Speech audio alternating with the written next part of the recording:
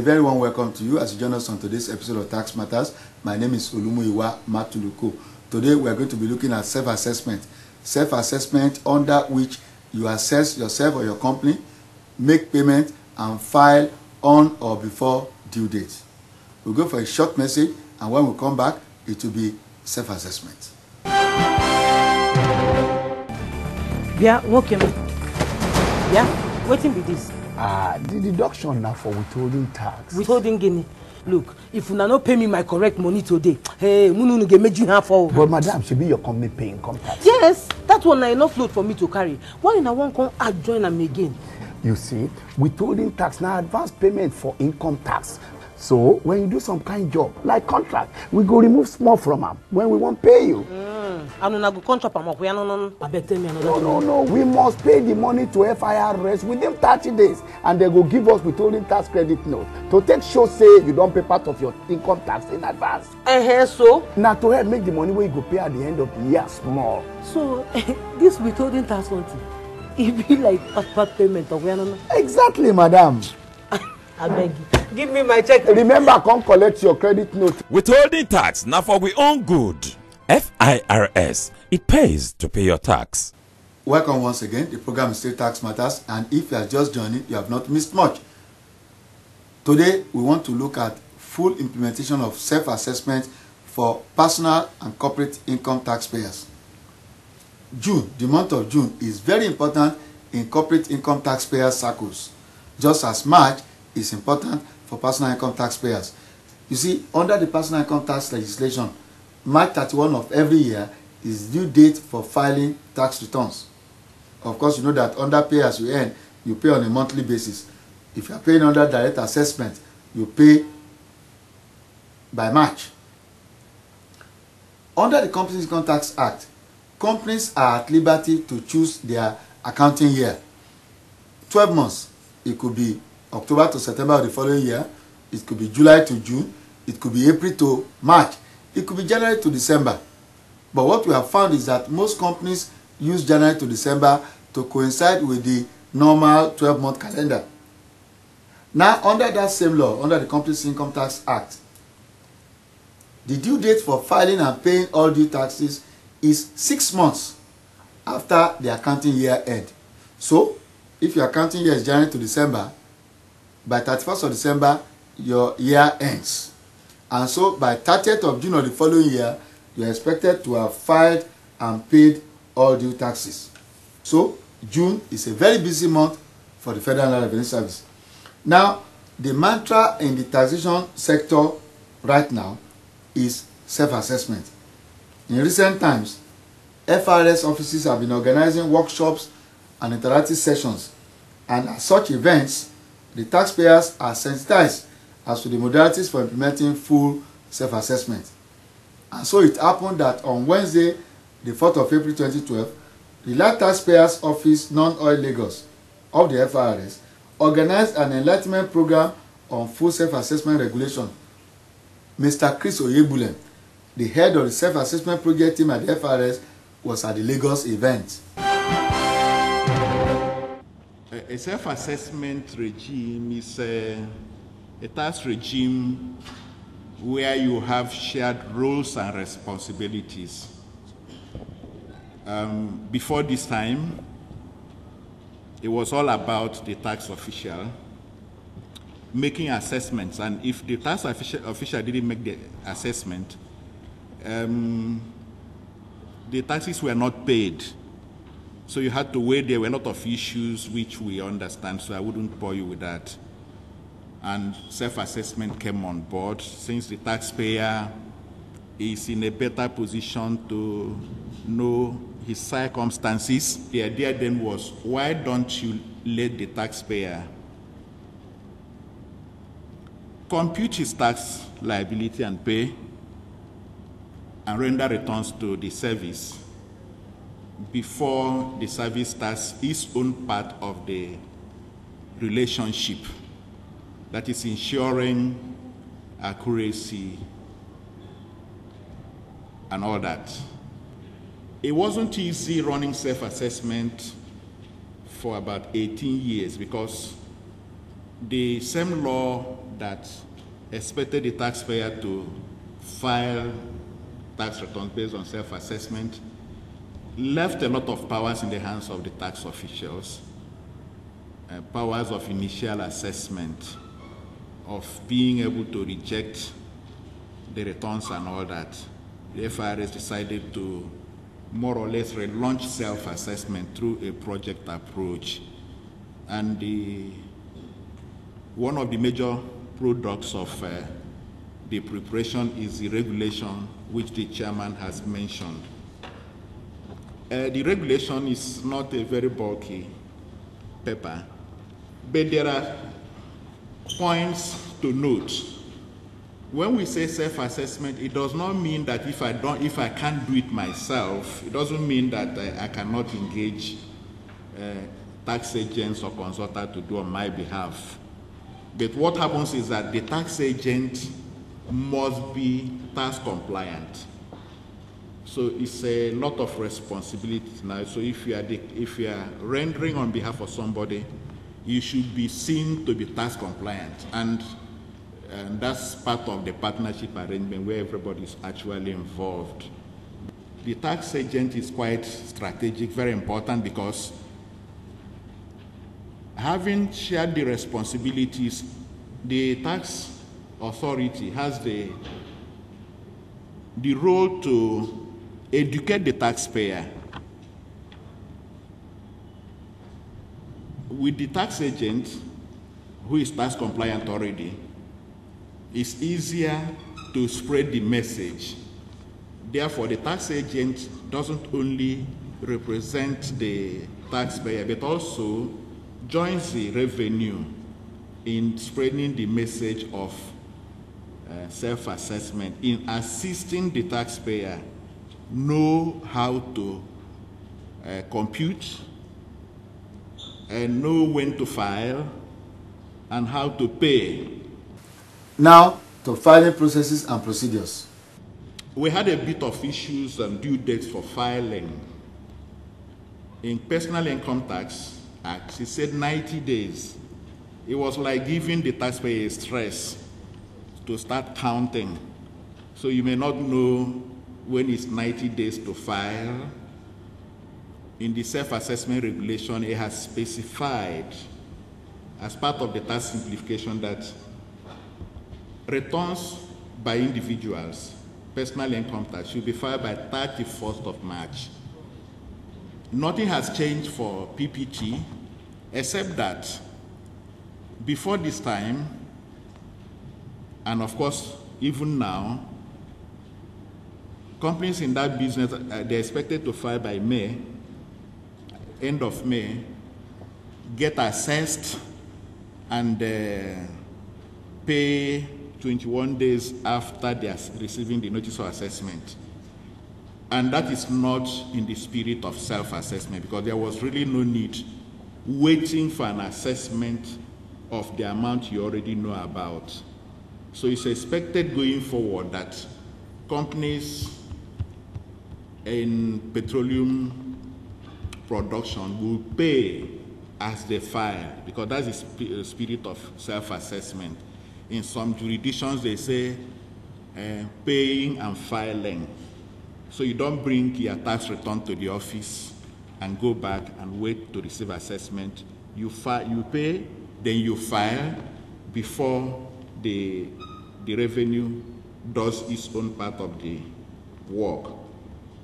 Another major issue in self-assessment in the regulation is extension of time for filing returns.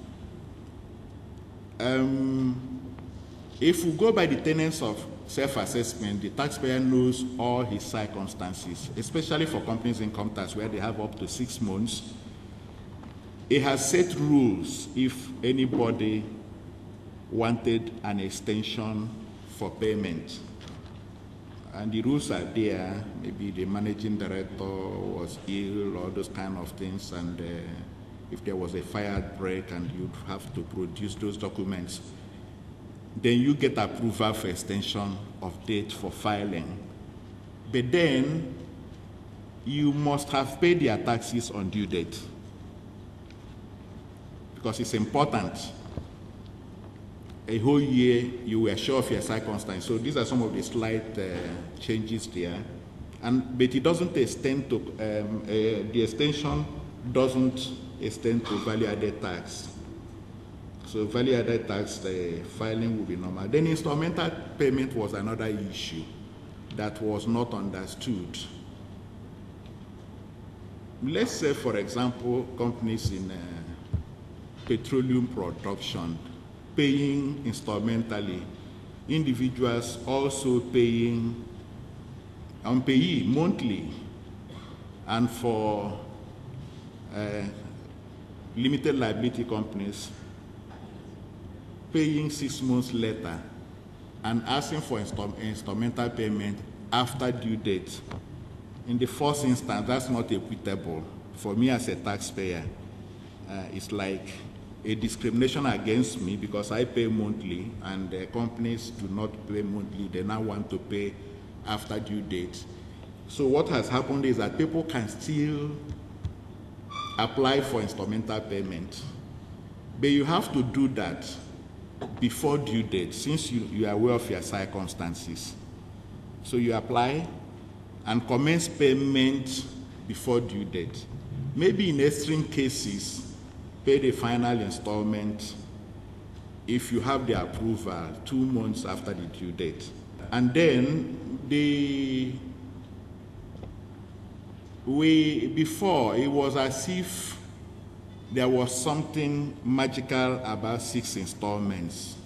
He said not more than 6 installments, which in some cases, some tax officials granted 2, 3, and all that. So what the regulation has done now is to streamline. So it says 3 installments, not more than 3 installments. We should also note that when you are paying after due date, it will attract interest and penalty. Otherwise, you keep taxpayers who have paid on or before due date at a disadvantage. These are some of the issues that affect compliance. When one person is complying and the other person is not complying, there's the tendency for people to move into the non-complying area. In times past, it was BOJ, best of judgment, but no more. What we now have is administrative assessments. Another important aspect of the regulation is administrative assessment. As revenue people, we used to assess people and all that. In most cases, best of judgment and all that. What the regulation has done is to streamline order to say, it's not as if the revenue cannot assess people anymore, but it has to do that after the due date if people didn't file. And in doing so, you have to do a spot audit. I'm using just spot audit for illustration because you need to raise the assessment based on information obtained from the taxpayer. So it has the implication that it means there will be so much need for record keeping because we have to obtain it from the records and maybe third-party sources, not just abstract assessments derived from the tax office. You can see how the collaboration is going and all that. And for me, what that is likely to do is that it will elicit change in behavior. Because now you have to, if you're a taxpayer, that means you have to keep your records. On the part of the revenue, it means that there's an obligation that you have to tell the taxpayers what type of records to maintain. It means you have to work with the professional bodies to resolve all that. The change in behavior expected is that I know it will be very inconveniencing for people to welcome tax officers every time because they want to establish records. So it's better you do it by yourself before due date so that they don't come interfering with your business time and all that. So it's going to elicit a change in behavior even on the side of the tax official who would not now issue frivolous assessments and all that. So that's a major departure. And there was a time the FRS was complaining about compliance in the sense that the tax officials were denied access and all that. If we go through FRS Act, there are provisions for search and seizure in order to determine the right amount of profit and all that. So all these have been put in place so that you have a credible tax system run in collaboration with all Nigerians, not just the tax official, but now the taxpayer has a role to play. So in his enablement role, the revenue surely, because the law has said that, will be expected to come up with formats of the type of records to be kept and all that. Even if an assessment is raised based on administrative means, the taxpayer still has the obligation to file, because filing is a requirement. It's like they have done it, it's not their duty, they did it because you didn't file, so you will still have to, on your own as a taxpayer, file the tax returns to the tax office. When and if the taxpayer fails to comply, what happens? I said it earlier, there will be sanctions for filing late. Sanctions, when we mention it, it's a bit scarce people. People appeal for on compassionate grounds and all that. But remember what I said earlier, that you don't want a system that keeps some of the taxpayers at a disadvantage. Because if one filed on due date, the other one filed 3 months later, and nothing was done, that means you are putting the complying person at a disadvantage.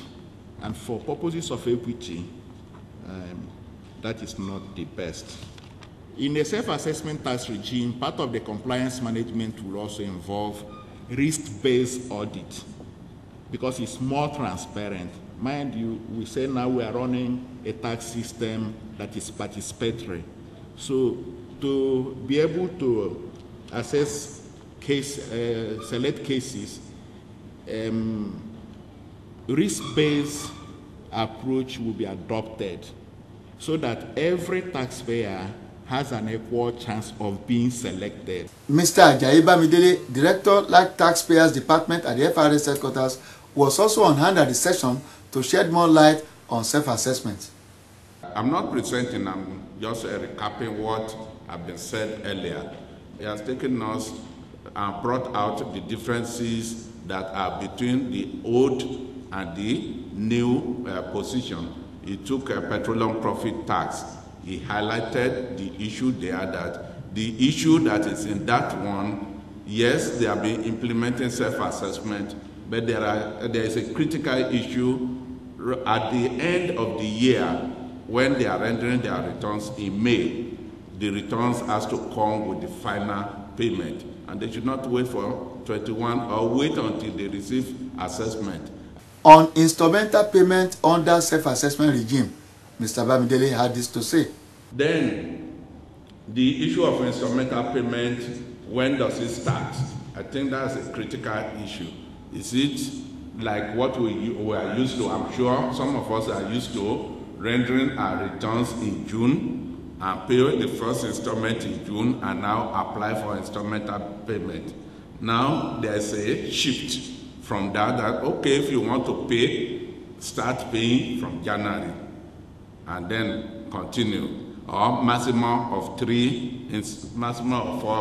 installments, rather than the 6 installments that will now end your payment by November.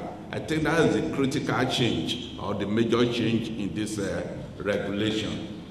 But the payment of installment is no longer as we know it. Post is now pre.